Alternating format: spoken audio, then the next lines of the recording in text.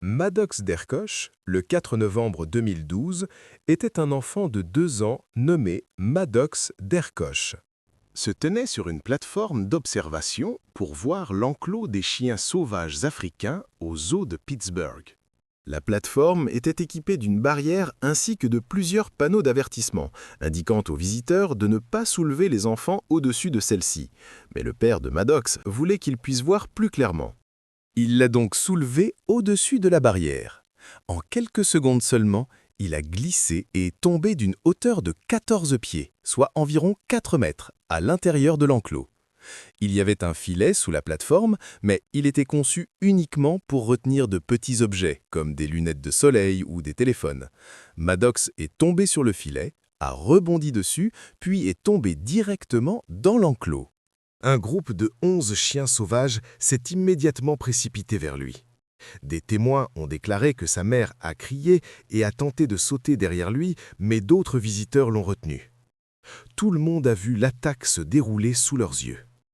Les chiens l'ont attaqué, l'ont mordi et ont déchiré son corps. Il a subi plus de 46 blessures à la tête et au cou et ses organes internes ont été gravement endommagés.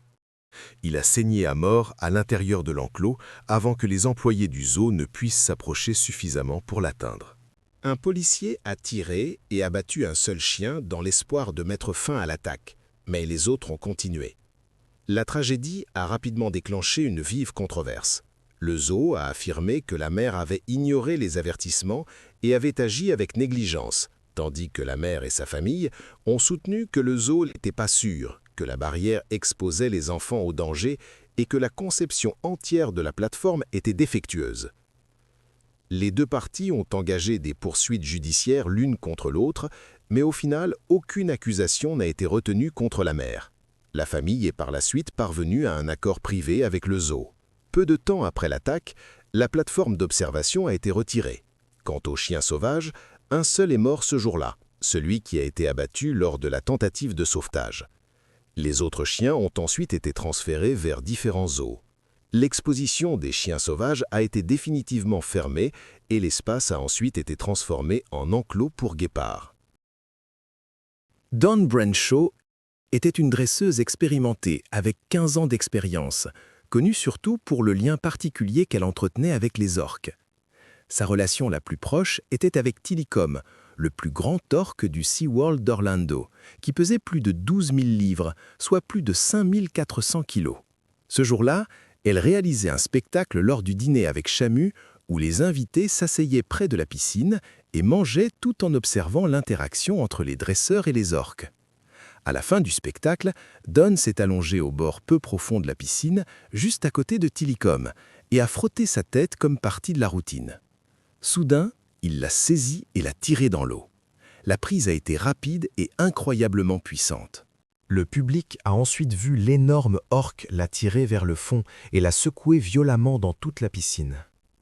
Les employés de SeaWorld se sont précipités pour aider, lançant des filets et de la nourriture dans l'eau pour distraire Tilikum et tentant de le guider à travers différents bassins, jusqu'à ce qu'il soit finalement transféré dans un bassin médical plus petit où il pouvait être contenu.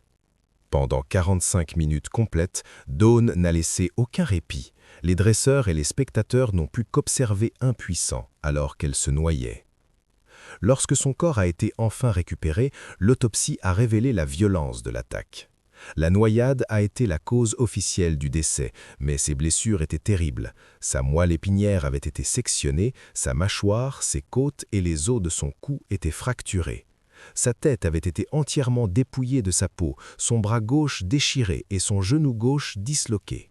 Le rapport a indiqué qu'elle n'avait pas seulement été noyée, mais qu'elle avait aussi subi un traumatisme extrême en raison de la force brute des mouvements de l'orque. Sa mort a conduit à l'interdiction pour les dresseurs de nager avec les orques lors des spectacles. Patricia Wyman est décédée quelques jours seulement après avoir commencé ce qu'elle pensait être le travail de ses rêves.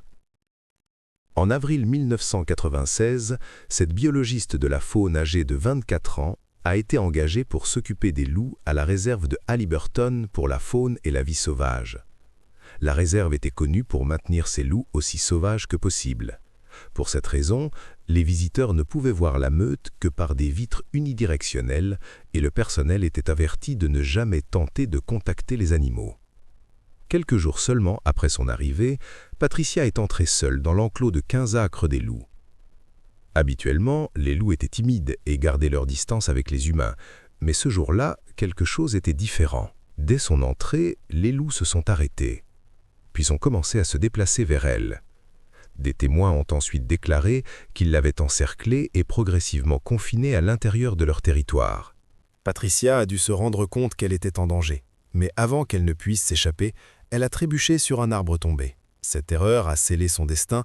Le mâle dominant l'a d'abord poussée au sol, suivi par le reste de la meute qui a mordu ses bras et ses jambes, lacéré sa peau et ses muscles et l'a tirée dans différentes directions.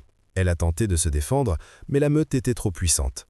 Chaque loup pesait jusqu'à 176 livres, soit environ 80 kilos. Patricia a rapidement perdu du sang et est devenue plus faible, pendant que les loups la déchiquetaient. Elle a essayé de protéger sa tête et son cou, mais cela n'a pas suffi. En quelques minutes, elle est décédée à l'intérieur de l'enclos, seulement 4 jours après avoir commencé son nouveau travail. Lorsque la police est arrivée, les loups la gardaient toujours, bien qu'ils ne l'aient pas encore mangée. Quand les officiers ont tenté de s'approcher, les loups les ont encerclés également, s'approchant et les testant jusqu'à ce que des coups de feu soient tirés en l'air pour les effrayer. Les experts ont déclaré plus tard que le comportement des loups avait changé soudainement et de manière imprévisible, en particulier celui du mâle dominant. Personne ne sait pourquoi Patricia est entrée dans l'enclos ce jour-là alors que ce n'était pas l'heure du repas. Mais une fois à l'intérieur, elle n'avait aucun moyen de s'échapper.